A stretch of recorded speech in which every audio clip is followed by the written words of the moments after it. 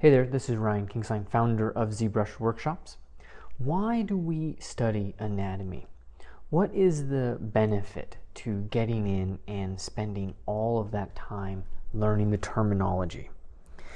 Well, in my experience, the major benefit for studying anatomy has really been getting control over my sculpt. Now, I was a lot like you might be. I didn't really want to learn the terminology. I still resist the terminology. I don't want a bunch of guys speaking Latin telling me how to define things. I want to discover my own. I'm a sculptor. Sculptors are a different breed. You know, we want to see the world. We feel it with our hands. We're very involved, very engaged. And we don't really want people telling us how to see things. We want to learn to see it ourselves. But if you get in and you learn a few terms, you're going to have more control over your sculpt. That's the wall I ran into. Ran into this wall where it was an invisible ceiling. I couldn't see what was wrong with my sculpts. You can go back 3-4 years through YouTube and my posts at ZBrush Central, and you can see very clearly the growth that has happened and where I've kind of come from and where I've gone to. And a lot of that was by giving in and starting to study this anatomy, starting to improve my sculpt. When you study the anatomy, your goal is to be able to see through the model so that you can say, mentally take away the cheek fat and know what the skull is going to look like underneath, or have a sense of it. And if at all possible, sculpt the skull underneath so that you've got that knowledge. You need to be able to cut away the nose and know what one half of the nose looks like. You need to be able to know, what does where's the nostril end up and how does that relate to the skull? Is there a relation? Is there not? Little things like having the canine teeth help to define the plane change from the front to the side of the face is something you only learn when you study anatomy. And knowing it puts you in control.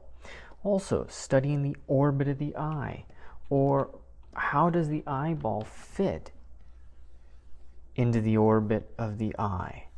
All of that stuff is difficult unless you get in there and start to study.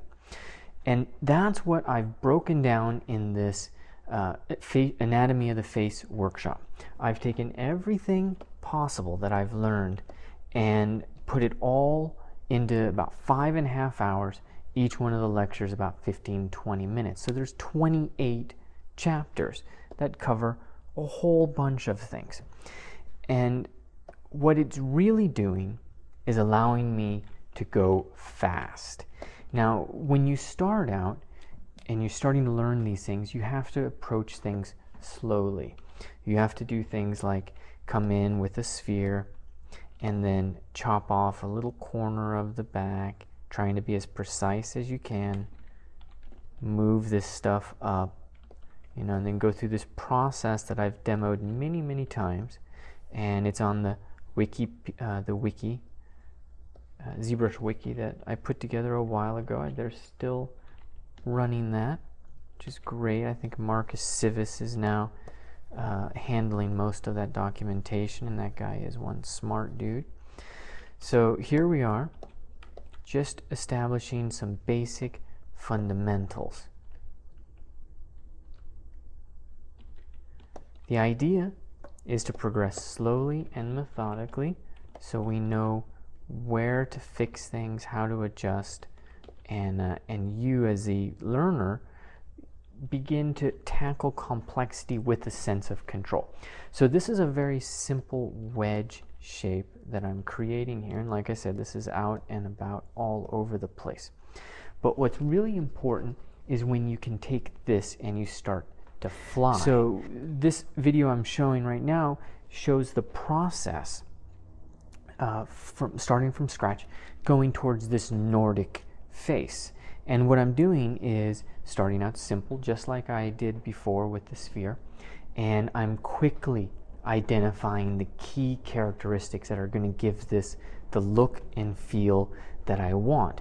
And being able to establish those core characteristics is not a natural thing. You have to learn how to respond quickly. So let's take a look at the final model, or at least the final block in that we got for that model. And let's go about there. This is roughly where we started, or actually this is what I would say is probably about stage 3 of that whole process. Let's look at this for a moment. Let me unpack what I've done here. So you have the glabella, and you have a nice clean plane happening in there. You also have overhang. You have the frontal sphenoidal process, the lacrimal, the frontal process of the maxilla. You know, all of these things are pieced in here. Side of the nose. We've roughed in the nostrils. You see how simple they are? It's just a down plane. Okay, and then another side plane. Then I have simplified what the plastic surgeons call the facet and the tip defining point, and just created a very simple set of geometry there.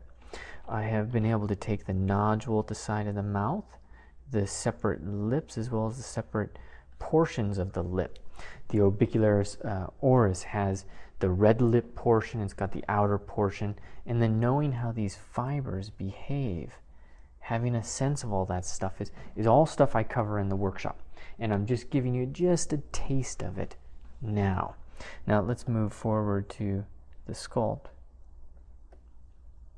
And here's what I would consider to be a finished rough first draft, let's say. And this whole thing's done, I think it was done in like 45 minutes or so or less. And being able to work really fast is one of the advantages that I now have, having studied the anatomy, because now I know what to look for, and I know how to create complex forms in as simple a way as possible. So for example, I'll be reviewing our students' work in the master class and at ZBrush workshops, and one of the things that we always mix up is in the inner eye area. So understanding how these planes interact and what's really going on there is quite difficult. And unless you know about things like the lacrimal bone, you know, and you don't get that in most anatomy texts. You have to go into Gray's Anatomy to get it. But if you don't get that, then you're going to be missing something. You know, in finding the lacrimal bone, it's actually buried deeper than what I just drew. It's buried all behind that caruncula. That really helped me define the inner eye and helped to provide the information necessary for me to be able to block in these things quickly and improve my realism. So make sure you check out our Anatomy of the Face workshop page. Make sure you sign up for our newsletter. Stay up to date for what we got going on. I'll keep you up to date with little tidbits, tips, and tricks.